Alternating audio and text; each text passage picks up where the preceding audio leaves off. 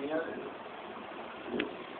قرآن عظیم سے پیش فرمایا، جس سے بڑھ کر کے شرعی کوئی دلیل نہیں۔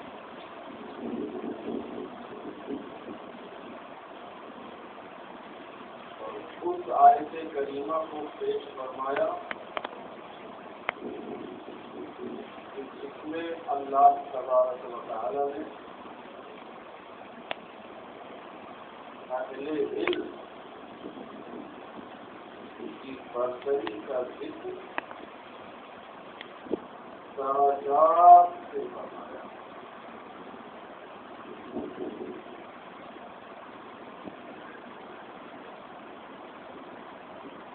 اور قرآن پاک کی دوسری آیت انبیاء کرام کے درمیان جو بعض کو بعض پر فضیلت خدا نے دی ہے، اس کا ذکر فرمایا۔ سید الانبیاء کی فضیلت کا ذکر بھی درجات ہوتا ہے۔ تلک الرسل فضلنا بعضهم على بعض من كلم الله ورفع بعضهم درجات۔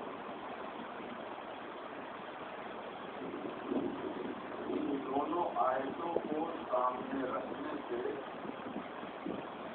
اس حدیث پاک کی مزید وضاحت ہوتی ہے کہ العلماء ورثۃ الانبیاء۔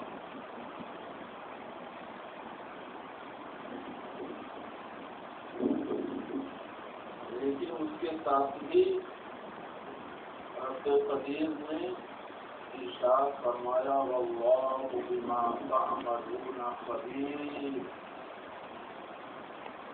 تم کتنے ہی علم حاصل کر لو، لیکن اتنا احساس چاہیے کہ ہم سے اوپر بھی کوئی علم والا ہے۔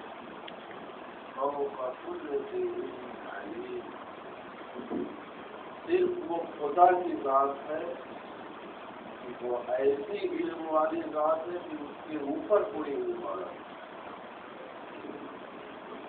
اس سے خدائے خصوص نے عالم کو تواضع کی طرف سے رغبت دلائی کہ اگر علم حاصل کر لو بہت زیادہ تو پھر یہ خیال رہے کہ تم سے زیادہ علم والا ہو۔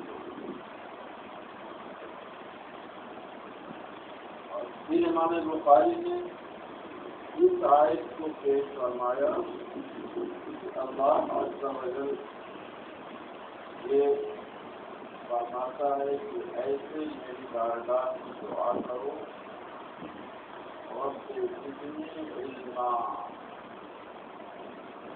اس سے یہ بھی اشارہ ہوا کہ صرف اپنی قصد و کاوشی کو حصول علم کا مدار نہ سمجھنا،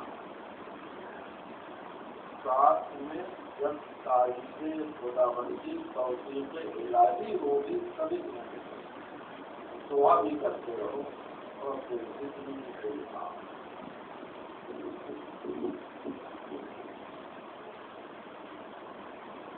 جو حدیث پاک حضرت ابو ہریرہ رضی اللہ تعالی عنہ کے ذکر فرمائی، حدیث کی جو سند تھی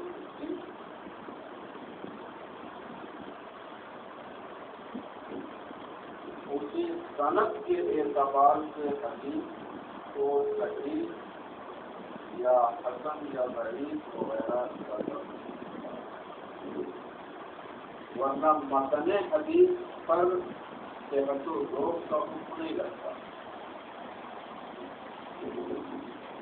سند کے اعتبار سے حدیث کی صحت اور ذوق ہے۔ اسی سلسلے سند میں تحویل سند کا ذکر کیا۔ تحویل سند کا کئی مفہوم محدثین نے بیان کیا ہے۔ واضح اور ارجح مفہوم یہ ہے کہ ایک روایت ہے، راوی کا سلسلہ آ رہا ہے، جہاں تک پہنچا، پھر اسی صنعت کی روایت کا سلسلہ دوسرے طریقے سے بیان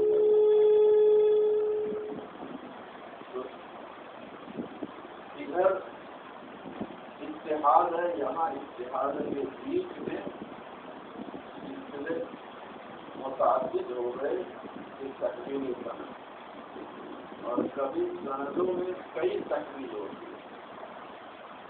یہاں سے چند طریقے سے آگے یہاں اتحاد اور پھر یہاں سے چند طریقے،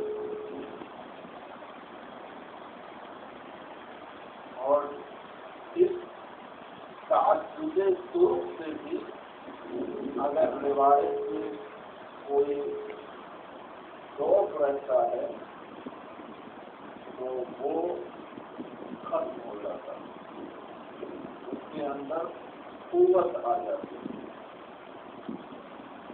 جو حدیث پاک یہاں پر ذکر فرمائی گئی کہ حضور اکرم صلی اللہ تعالی علیہ وسلم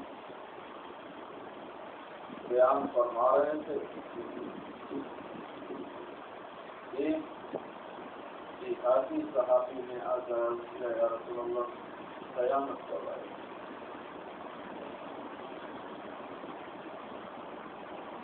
حضور اکرم صلی اللہ تعالی علیہ وسلم کی گفتگو جاری رکھتے ہیں. کچھ لوگ سمجھے کہ شاید حضور نے سنا نہیں،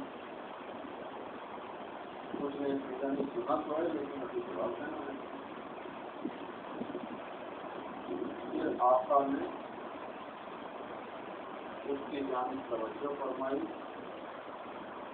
اور علامت بیان فرمائی. یہ نہیں فرمایا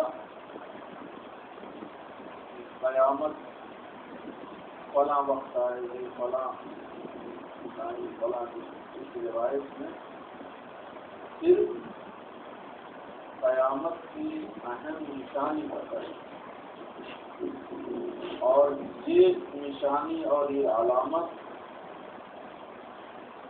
وہی بتا سکتا ہے جس کو علامت والی چیز معلوم ہے. آپ سے اگر کوئی پوچھے کہ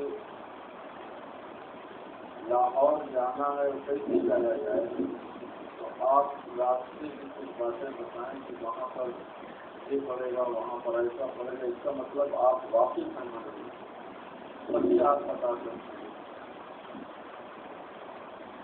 لیکن حضور اکرم صلی اللہ تعالی علیہ وسلم نے کچھ مصلحتوں کے پیش نظر انہوں نے تعلیم کے ساتھ اور فرمایا کہ جب امانت ضائع ہونے لگے تو بس سمجھو اب قیامت بالکل پڑی.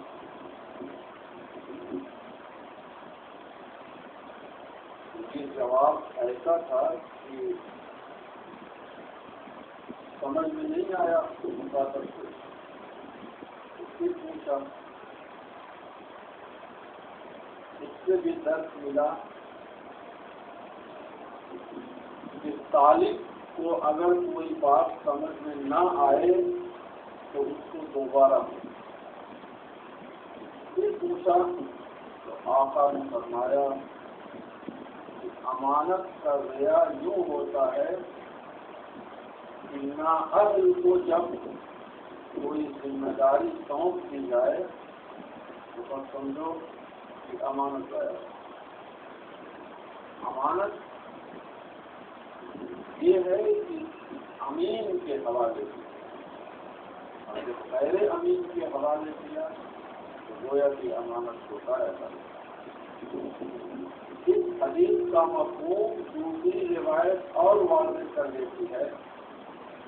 آقا دو جہان صلی اللہ علیہ وسلم نے ارشاد فرمایا کہ اگر کسی نااہل کو ذمہ داری دی جائے تو گویا کہ اس نے ذمہ داری دینے والے نے قوم کے ساتھ خیانت کیا. امانت کو امین کے پاس نہیں رکھا، نااہل کو. وما إذا وصل الأمر إلى غير أهله